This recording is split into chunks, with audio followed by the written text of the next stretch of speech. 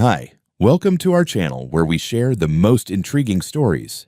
He left the military to build a dream farm in the quiet plains of Nebraska. But when his tools began vanishing one by one, he uncovered a web of theft, corruption, and betrayal, and turned his land into a digital fortress. This is how one farmer fought back. It started with a dream. Not the fleeting, vague kind you forget after your morning coffee. A real one. The kind that takes over your life and makes you sell everything, pack up, and move 1,000 miles west with nothing but a half-finished plan and a gut feeling. That's exactly what I did 2 years ago when I traded my cramped Denver apartment and a 15-year career in military electronics for 100 acres of open Nebraska sky and rich soil. I was 39, with no wife, no kids, and enough savings to be stupid. So I bought a farm. I called it Hawkstead. Cheesy, I know. And for a while, it was everything I hoped it would be. I ran the place myself with the help of 3 seasonal workers, 2 college kids, and a retired trucker named Walt. We grew organic vegetables for upscale restaurants in Lincoln and Omaha. I installed a full drip irrigation system, $12,000 worth every cent, and splurged on a John Deere tractor that cost me $45 grand. I had generators, a full set of DeWalt electric tools, and a welder I brought with me from Colorado. My workshop was cleaner than most kitchens, and my farm ran like clockwork. For a guy who used to design surveillance systems for the Army, building a farm from scratch was just another kind of engineering. The piece lasted about 4 months. The first thing to go missing was a 5-gallon gas can. I noticed it one morning sitting where it shouldn't have been, and by the time I finished breakfast, it was gone. I figured Walt had moved it, or one of the kids had borrowed it for the lawnmower. Then a coil of copper wire vanished from my tool shed. That made me pause. Copper's not something you misplace, but I still didn't think theft. I blamed it on my own forgetfulness. Long days in the sun, too much on my mind. Then one morning, I went to start the generator for the greenhouse heaters and found a bare patch of concrete where it used to sit. That one hurt. $3,000 gone, just like that. I stood there for 10 minutes trying to convince myself I'd maybe moved it for maintenance or loaned it to someone. I hadn't. 2 weeks later, my welder disappeared. $2,500 plus sentimental value. I still had my name stenciled on it from when I served. A few days after that, a full set of Milwaukee power tools, drills, grinders, the whole shebang, walked off. That was another $4 grand down the drain. Now I was pissed. I drove into town, bought a set of cheap trail cams from the sporting goods store, and mounted them on the barn, the driveway, and the eastern tree line. They weren't top tier, but I figured they'd catch something. They lasted exactly 6 hours. I checked them the next morning. All 3 had been cleanly sliced from their mounts. Whoever it was knew exactly where to look, and then came the gut punch. I walked out to my equipment hangar one morning and saw the big John Deere sitting lopsided. The hydraulic tiller attachment and the one I used to prep 80% of my planting rows was gone. $18,000 vanished overnight. It wasn't small. It wasn't light. You'd need at least 2 guys in a flatbed to move it without making noise. That same night, my main irrigation pump station, the heart of my drip system, went dark. Gone. $8,000 more flushed down the toilet. I called the sheriff again. Same deputy showed up. Young guy, polite, bored as hell. Took some notes, walked around, poked at the barn locks. Looks like pros, he said. No footprints, no prints at all. Might be an organized crew. Thanks, I said. You guys doing anything about it? He shrugged. We'll keep an eye out. But out here, you're pretty isolated. These guys know what they're doing. That was it. A shrug and a clipboard. By then, the total damages were closing in on $40,000. I wasn't just bleeding money. I was being surgically gutted. I pulled out the map and stared at it for a long time. My farm sat a half-mile outside Prairie Homes, a gated community that sprouted up 5 years ago like a tick on the edge of my land. Big houses, fake lakes, a volunteer HOA with too much time on their hands. Between me and them, there was nothing but open prairie and a single gravel road that passed right by their security booth. That booth had cameras. I'd seen them blinking, and a gate that went up and down like clockwork. If anyone was coming to my property in the middle of the night, they had to pass that booth. And nobody seemed to see a damn thing. It took me a week to stop playing the same questions on loop in my head. How did they get past the dogs? Why didn't the motion lights catch them? How the hell do you steal a 1,000-pound tiller in dead silence? But the more I obsessed, the clearer one thing became. These weren't random drifters or drug addicts rolling dice on what they could carry. These people were organized. They knew exactly what they were looking for. They knew where I kept it, and they knew when I wouldn't be watching. So I did what I always do when the world stops making sense. I opened a spreadsheet. I went back through my farm logs, camera install dates, delivery receipts, anything with a timestamp. And soon enough, the pattern smacked me right in the face. Every theft had happened on either a Tuesday or a Friday, always between 2 and 4 in the morning, always from a location that required knowing the layout, not just what to take, but how to get to it quickly and quietly. And the cameras? Cut down barely 6 hours after I installed them. That meant someone had been watching me, maybe from the road, maybe with binoculars, maybe even from a drone for all I knew. I hadn't noticed any buzzing, but hell, these days you can get a quiet quadcopter with night vision off Amazon for $500. I pulled up satellite imagery on my laptop, zoomed in on the area between my east fence and the Prairie Homes entrance. There it was, the only paved road connecting my property to civilization, curving right past the HOA's security booth. The place had a gate, one of those drop-arm barriers, and a little brick shack where the guards sat on folding chairs playing Candy Crush and pretending they were the FBI. Those cameras, state-of-the-art. I knew because I helped design the same model during my time contracting for base security overseas, motion-activated, infrared, cloud-backed. If a gnat farted in front of them, they'd log it in triplicate. If anyone had been driving up to my farm, the booth would have seen it. And if they weren't sounding alarms, well, that meant one of two things. Either the guards were blind, or they were in on it. I decided to test that theory the polite way. I shaved, threw on a clean button-up, and drove over to the HOA office. The place looked like a miniature city hall, all glass and landscaping, trying to pretend it wasn't built on HOA dues and bad taste. Inside, a woman with the energy of a brick wall greeted me from behind a granite desk. "I'm looking to get access to the road camera footage," I said, keeping my voice casual. I had some property stolen from my farm just down the road, and the timing lines up with vehicles coming in or out of your development. Her smile froze. "Sir, that information is private. Only authorized personnel or law enforcement can request camera archives." "I understand," I said, "but it's not like I'm asking for every second of every day. Just footage from a few hours on the nights I was robbed." "I'm sorry, but that's against policy." She wouldn't even look me in the eye, like she'd practiced that script 100 times. So I called the sheriff's department and filed a formal request. Took 2 days for the paperwork to shuffle through whatever black hole they used for case management. On the 3rd day, I got a call from Deputy Klein, same guy who responded to my last theft. He sounded exhausted. "Hey, Mr. Hawk, just heard back from the HOA. They said the footage you're requesting no longer exists. They only retain recordings for 7 days. After that, the data is automatically overwritten." I stared at the phone like it had insulted my mother. "Wait," I said slowly. "You're telling me a gated community with high-end surveillance doesn't back up their video off-site?" "That's what they claim. That's convenient." "Yeah," he muttered. "It is."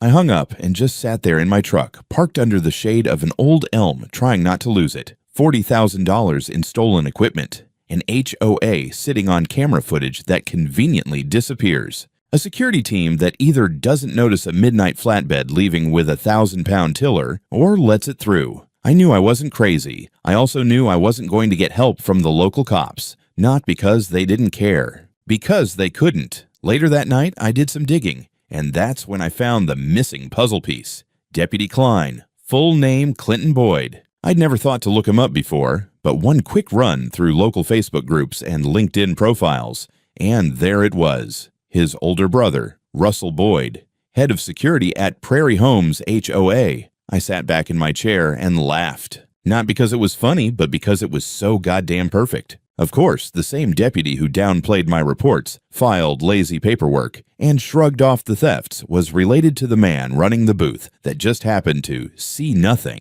Of course, the guy I'd trusted to help me was feeding my case into a paper shredder while his brother's goons cleared me out one tool at a time. That's when I realized something dangerous. I was on my own, and that's when I started planning. Once I accepted that the local police were compromised, something in me snapped into place. Not panic, not rage, focus. In the Army, we used to say that once you identify the breach, the solution stops being emotional and starts being mechanical. I didn't need sympathy or promises. I needed data. And if the thieves were watching my farm, I would build a system that watched them back, without them ever knowing it existed. The first rule was simple: nothing obvious. The cheap trail cameras had been a test, and the result told me everything. They were cut clean, fast, and confidently. Whoever did it wasn't stumbling around in the dark. They were checking angles, scanning silhouettes, and neutralizing anything visible. So I stopped putting eyes where people expect eyes to be. Instead, I went to the woods. Over the course of a week, I installed 6 infrared micro cameras in the tree line surrounding the eastern and southern edges of my property. Not on my land proper, close enough to see, far enough to avoid casual inspection. Each unit was mounted high, angled down, camouflaged with bark wraps and foliage. No indicator lights, no local storage. Everything streamed straight to a private cloud server I'd set up under a shell account. If someone found one and smashed it, all they'd get was a useless plastic shell and my middle finger in digital form. Next came motion sensors, silent ones. No lights, no alarms, just passive infrared triggers tied into my phone. If anything heavier than a deer crossed certain perimeter lines, I'd know within seconds. I set overlapping zones so no single failure would blind me. Redundancy is love. Redundancy is life. Then came the part I enjoyed a little too much: GPS trackers. I ordered a dozen of them. Industrial grade, long life batteries, no audible ping. The kind you bury inside machinery casing where only a full teardown would reveal them. I embedded trackers into a compressor, a chainsaw, and an old generator I didn't even care about anymore. That generator became my favorite piece of equipment overnight. I dragged it into the tool shed, cleaned it up, and parked it right where it was easiest to see. No lock, no cover. A bright, tempting little "Steal Me" sign without the sign. While all this was happening, I kept meticulous notes. I tracked nights when nothing happened, nights when the sensors flickered but nothing crossed the threshold. I compared it with the publicly available HOA security schedules I'd dug up on Prairie Home's own website, because nothing says we're professional like posting guard rotations online. Funny thing about arrogance, it makes people sloppy. The overlaps were perfect. The nights my equipment disappeared lined up exactly with specific guard shifts. Same 3 names kept popping up. One of them I recognized immediately, a guy named Tyler who worked the gate. I'd seen him half asleep in the booth more than once, lifting the barrier without even checking IDs. I didn't confront anyone. I didn't threaten lawsuits. I didn't even adjust my routine. I wanted them comfortable, confident, lazy. By the end of that week, my farm looked exactly the same to the naked eye. Same quiet fields, same open road, same vulnerable equipment. But under the surface, it had turned into a web of sensors, timestamps, geolocation logs, and video feeds that updated in real time. I slept better than I had in months, not because I felt safe, but because I knew the next move wouldn't be theirs. It was a Tuesday. I remember because the forecast had called for light fog, and fog's a thief's best friend. I didn't bother calling Walt or the kids in that day. Something told me it would be better if I was alone. I spent the afternoon moving a few tools around, double-checking tracker batteries, syncing motion alerts. The generator sat in the shed, freshly wiped down, cables coiled neatly like a polite invitation. I left the door unlocked. That night, I didn't sleep. I parked my truck about 200 yards out deep in the trees, wrapped in a blackout tarp, nose pointed toward the barn, phone in my lap, one earbud in. The app was open. My sensors, cameras, GPS, all synced into a single interface. I had a thermal feed from the eastern trees and a motion sweep from the north. At exactly 2:17 a.m., the first alert came in. Motion, east fence line. My heart started pounding in that quiet, predator way. The same rhythm I used to feel when we'd wait on a rooftop in Kandahar, watching for movement through a thermal scope. I opened the live feed. There they were. Pickup truck.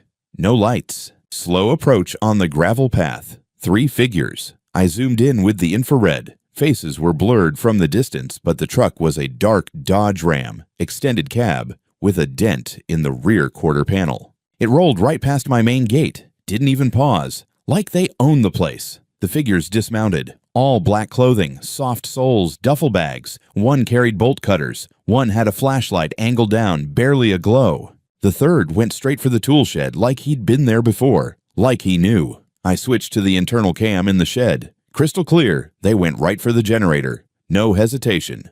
Lifted it, grunted softly. I could hear it through the parabolic mic I'd hidden in the rafters. One of them pulled his mask off for a second to wipe his face. That's when I froze. It was Tyler, HOA gate boy. Same smug face, same haircut, just now paired with black gloves and a ski mask around his neck. He looked straight at the camera for a second. Not that he knew it was there. I hit record even though everything was already auto-syncing to the cloud. They loaded the generator in the truck bed and rolled out. Same way they came, quiet as shadows. The whole operation took under 10 minutes. I switched to GPS.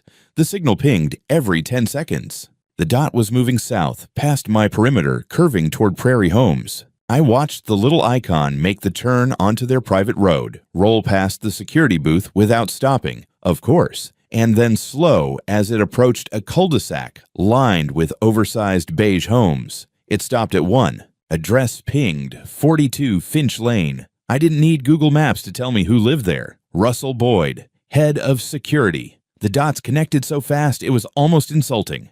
The thefts, the same gate guard on every shift. The disappearing footage, the lazy police reports, the whole damn shell game. I logged the footage, backed it up twice, time-stamped everything, added the GPS track overlay, cross-referenced it with public shift schedules, built a dossier in a shared folder, and uploaded it to a burner cloud account. By 4 in the morning, I had them dead to rights, but I didn't call the cops. Not yet. I didn't trust them, because now I knew they weren't just turning a blind eye. One of them might have been holding the flashlight. I didn't sleep that day. Didn't even try. I drank 2 cups of thick coffee that tasted like battery acid and stared at the folder I'd built. 67 files, organized, time-stamped, cross-referenced. Faces, license plates, GPS tracks, camera angles, every angle covered. The kind of file that would have made my old CO nod in satisfaction. I knew better than to send it to the sheriff's office. Deputy Clint Boyd, Russell's younger brother, had shown his hand already, slow-walking reports, brushing off evidence.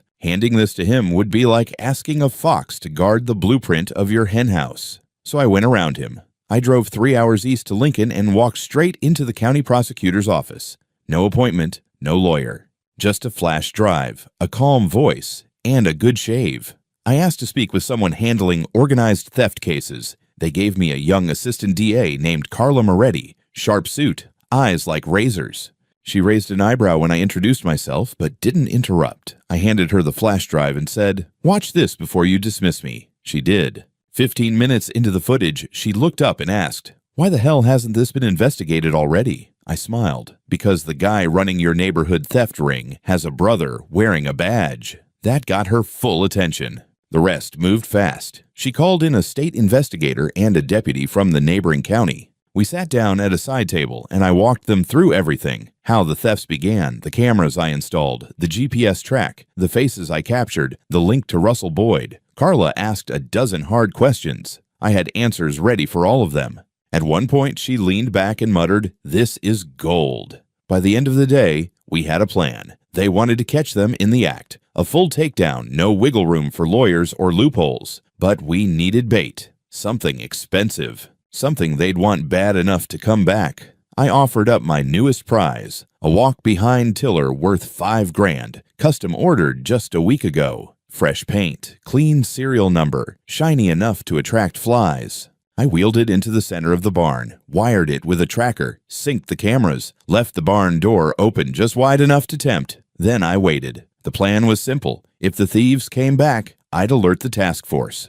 They'd have a mobile unit stationed less than a mile away. Unmarked, night vision equipped, fully briefed. The second the equipment crossed my gate, they'd follow. The second it entered Russell Boyd's garage, they'd roll in. It was the most expensive trap I'd ever set, but I figured $5,000 was a small price to pay to drop a noose around these bastards' necks. Friday night arrived with a sky full of stars and an eerie stillness. At 2:09 a.m., the motion alert pinged. I opened the feed. Same damn truck. Same crew.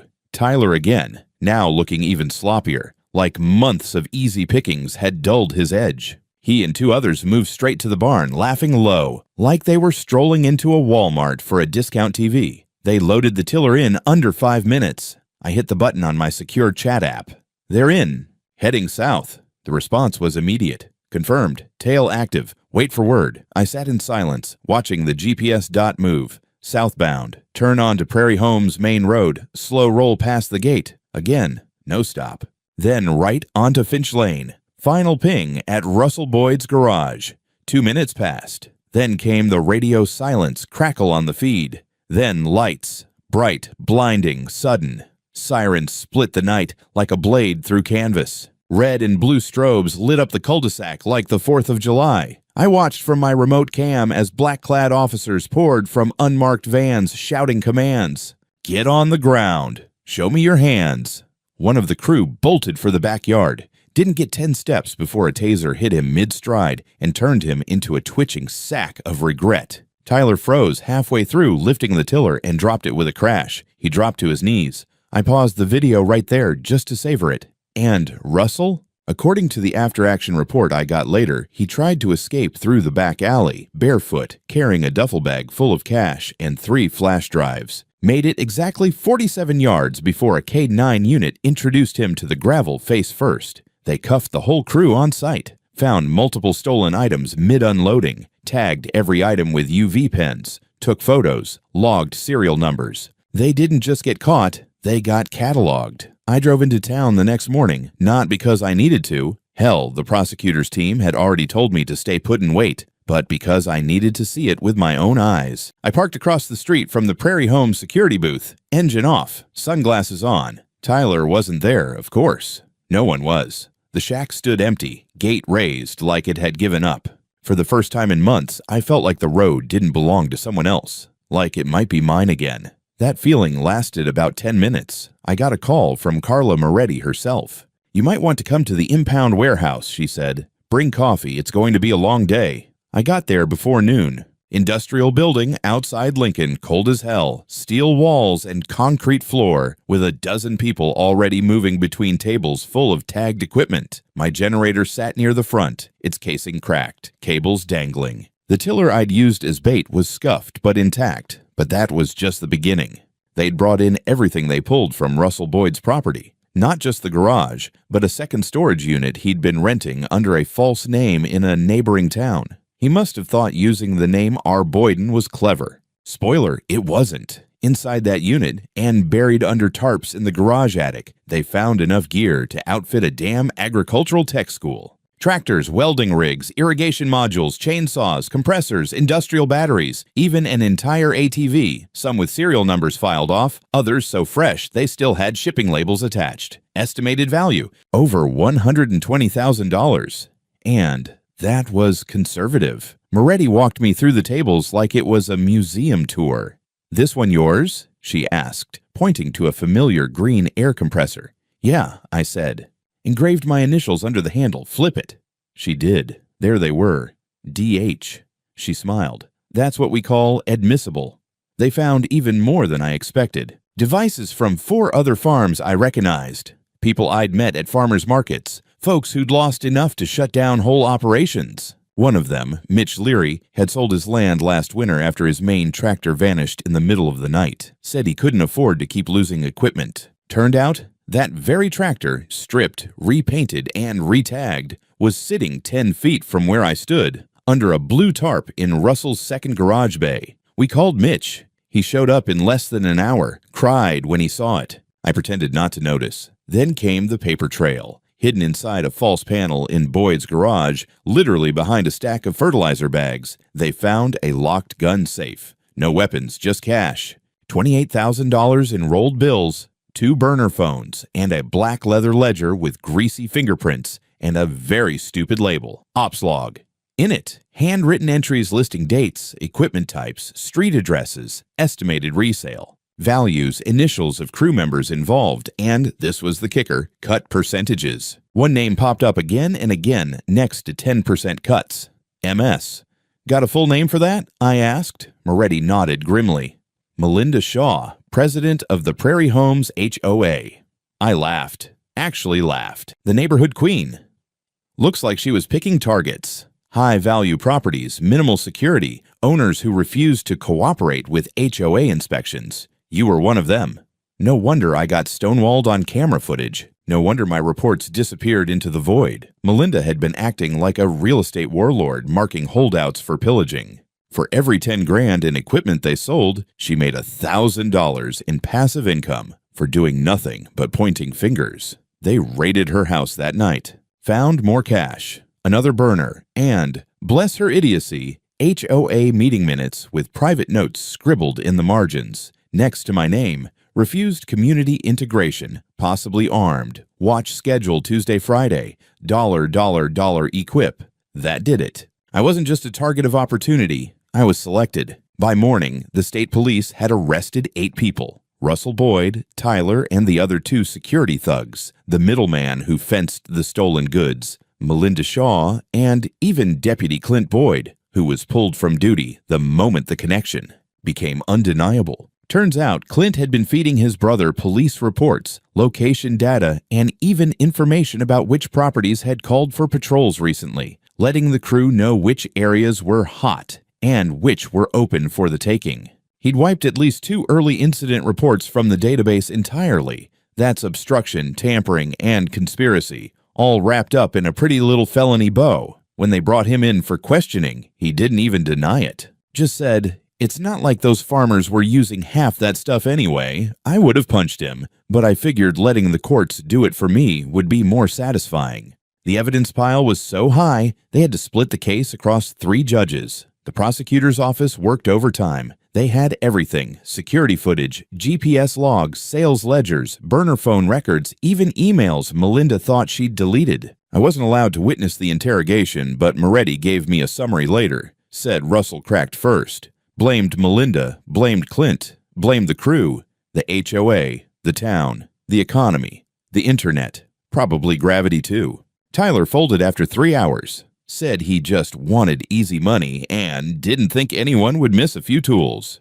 Right, a few tools and a pump station and a $45,000 tractor. The funny part, none of them realized I'd been recording every step since the first bolt was lifted from my generator mount. They'd never suspected the nerdy farm guy with a lonely look in his eye would turn his property into Fort Knox with a side of Predator drone logic. They underestimated me. And now they were going to pay for that mistake. The courthouse in Lincoln didn't look like a place where justice happened. It looked like an overgrown DMV. Beige walls, bad lighting, chairs designed to punish posture. But that Monday morning, as I sat 2 rows behind the prosecution's table in courtroom B, it felt like a cathedral. Russell Boyd sat at the defense table, hands cuffed in front of him, wearing a suit that didn't fit, and a face that didn't match the bravado I remembered. His jaw was tight, but the bravado was gone, replaced by something brittle and twitchy. He wasn't in control anymore, and it showed. Next to him sat Melinda Shaw in a charcoal blazer and pearls like she was testifying at a HOA brunch meeting.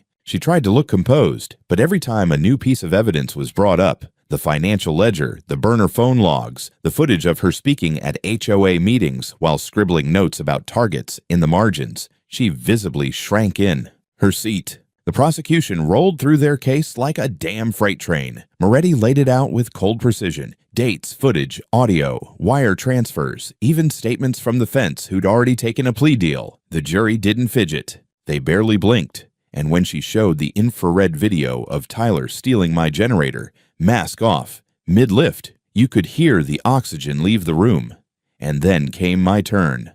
I took the stand, swore in, looked every juror dead in the eye. I walked them through the first theft, the gas can, the slow escalation, the sheriff's indifference, the fake lost footage, the realization that someone was inside the system. I explained the cameras in the trees, the GPS bait, the sting, the footage, the takedown. I told them about the tractor stolen from Mitch Leary, how the man had to sell his land because of one theft, how I'd watched him break down when he saw it again. I described how every tool stolen from my shed wasn't just metal and plastic. It was hours of labor, days of planning, seasons of work. I didn't cry, but I spoke slowly. I made them feel the weight. After I stepped down, the courtroom was quiet. Russell's lawyer tried some last-ditch garbage about lack of direct intent and community misunderstandings. Melinda's lawyer tried to paint her as a well-meaning community leader manipulated by a criminal operation. That fell apart the second. The jury saw her HOA notes with dollar signs next to addresses. The verdicts came back fast. Russell Boyd, guilty on 5 counts: organized theft, conspiracy, obstruction of justice, possession of stolen property, and burglary. Sentence: 12 years. No parole for the first 8. Tyler and the 3 other guards pled out, between 4 and 7 years each, plus full restitution to victims. Tyler cried in court. I didn't blink. The fence: 6 years, already in custody. And Melinda Shaw, guilty on charges of conspiracy, criminal facilitation, and financial fraud tied to illegal HOA fund transfers. Sentence: 5 years plus seizure of her personal accounts and forced resignation from all civic roles. The courtroom emptied slowly. A few other farmers I'd met during the investigation came over, shook my hand, nodded. No one cheered. It wasn't that kind of victory. It was the kind that left burn marks instead of fireworks. 2 weeks later, I got a formal letter from the prosecutor's office. Asset recovery had netted nearly $250,000 from seizures, cash, property sales, the stolen equipment. I was awarded $62,000 in direct compensation. That covered everything I'd lost, plus some for my trouble. The rest was split among the other victims, 11 farmers in total. Mitch called me the day he got his check. Dylan, he said, I'm buying my land back. That hit harder than I expected. And the HOA. They disbanded their security service within a week of the verdict, replaced it with a licensed firm out of Lincoln, background checks, training, accountability. Imagine that. Prairie Homes held an emergency election to replace Melinda. I didn't vote. I couldn't. I didn't live in their jurisdiction, but I got invited to speak. They asked me how I'd uncovered it all, how I'd built the surveillance system, how I'd stayed one step ahead. I kept it short. I'm an engineer, I said. I don't catch thieves. I build systems that do. They laughed. It was the first time I'd heard real laughter in that community. The sign went up a week later. Big, bold letters at the entrance to my property, Hawkstead Farm, under around-the-clock surveillance. Ask Russell Boyd how that worked out. There's a sound the prairie makes after a storm. It's not silence. Not really. It's a soft, steady hush, like the world's holding its breath and finally letting it out. That's what the farm felt like in the weeks after the trial. Calm, honest, alive. I started my mornings the same as always. Coffee strong enough to punch back, boots in the dirt by 7, checking drip lines and greenhouse temps before the dew had a chance to burn off. Only now, when I looked around, I didn't see weak spots. I saw a web of defense I'd built myself. Not just sensors and cameras, a mindset. I knew what this place was worth, and I wasn't letting it go without a fight. Ever again.